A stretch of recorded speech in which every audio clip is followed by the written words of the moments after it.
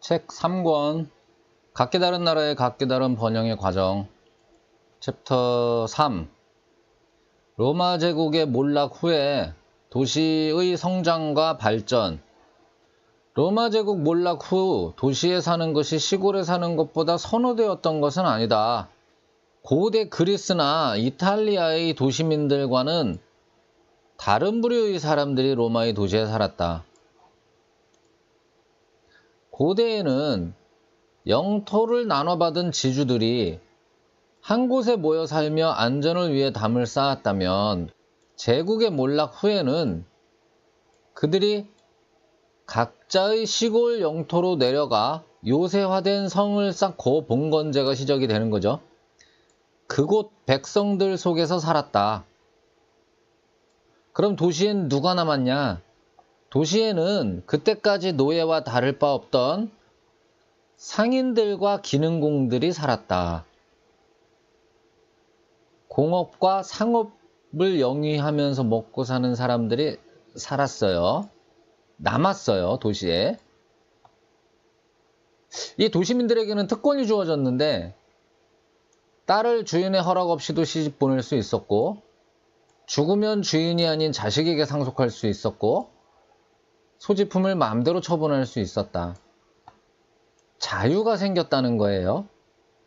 거꾸로 얘기하면 그 귀족들 말고는 다 딸을 주인의 허락받고 시집을 보내야 했었고, 죽으면 그 재산이 주인에게 귀속되는 것이었고, 소지품을 자기 소지품이라는 게 없었다라는 얘기죠. 노예 상태였다라는 거예요. 그 도시에 남은 상인들과 기능공들은 몹시 가난했고, 지금의 행상이나 노점상처럼 여기저기 장을 따라 떠돌아다녔다. 아직 도시가 어떤 시장, 상설 시장이 이렇게 서지 않은 상태였나 봐요. 당시 유럽 국가들은 영지를 지날 때, 다리를 건널 때, 상품을 운반할 때, 장마당에 매대를 펼칠 때마다 세금을 매겼는데, 영국에서는 이것들을 각각 통행세, 다리세, 짐세, 자릿세라고 이름 붙여 세금을 걷었다. 그러니까 엄청 세금을 걷어댄 거예요. 이 세금을 거두면 발전이 느려져요. 지난 시간에 얘기했다시피 내가 번 것은 내가 가진다라는 그 확신이 그 국가를 부유하게 만들고, 내가 열심히 일해봤자 다 뺏긴다라면은 일을 안 하게 되는 거죠. 뭐 특별히 그 투자도 안 하게 되는 거고. 예, 엄청나게 뺏어간 거예요. 이제 중세 시대의 유럽 국가들은. 어떤 상인들에게는 면세 혜택을 줬는데 자유상인이라 불렸다. 그들은 대신 인두세를 냈다. 그 1인당 얼마 뭐 이렇게 세를 내는 게 인두세죠.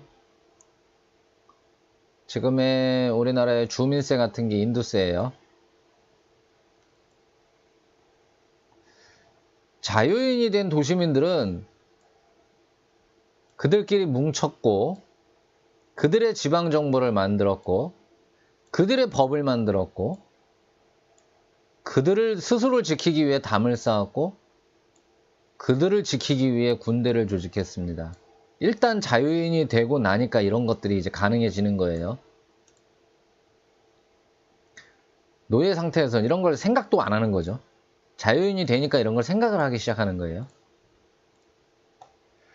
도시는 도시끼리 연합해서 봉건시대의 영주들과 대항했고,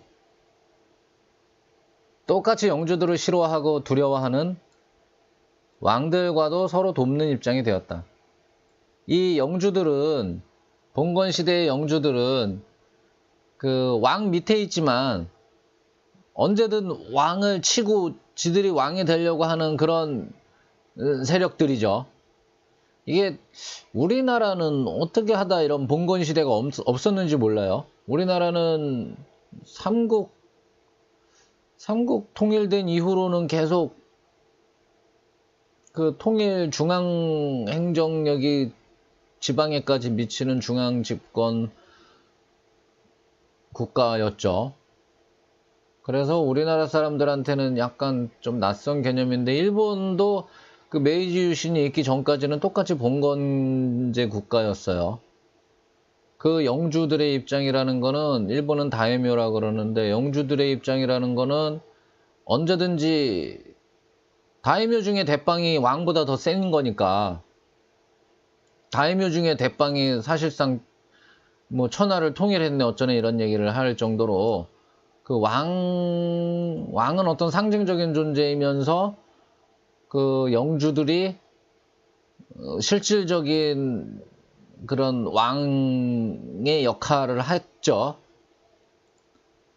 여하간 왕들은 영주들이 무서웠단 말이에요.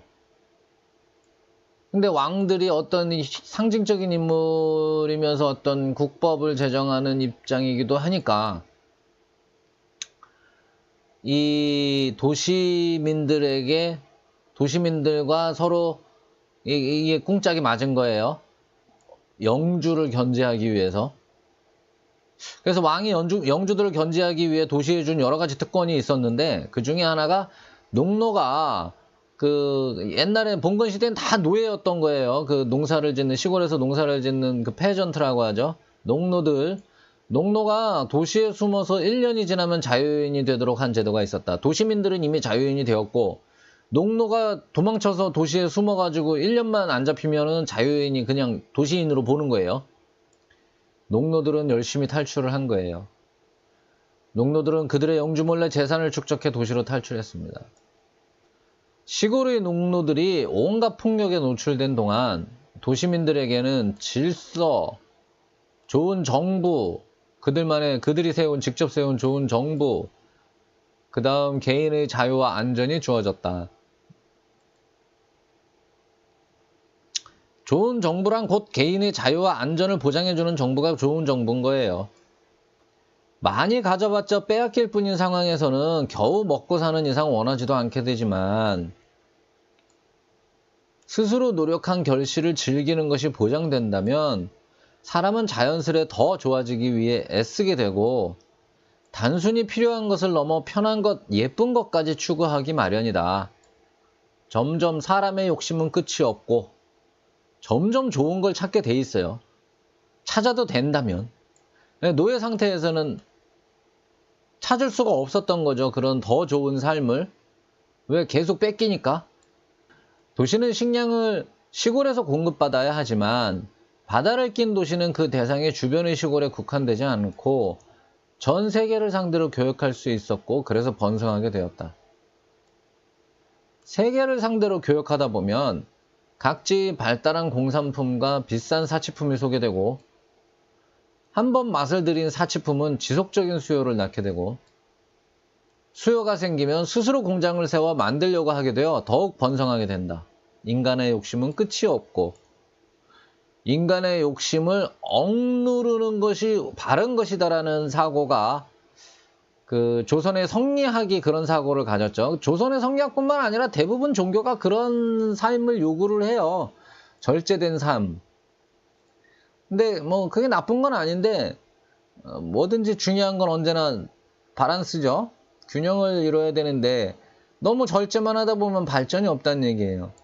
인간이 가지는 어떤 그런 욕심의 본성을 인정하고 그 욕심을 마음껏 누리도록 했을 경우에 그 발전의 원동력이 된다 라는 것까지 좀 생각해 볼 필요가 있다고 봐요.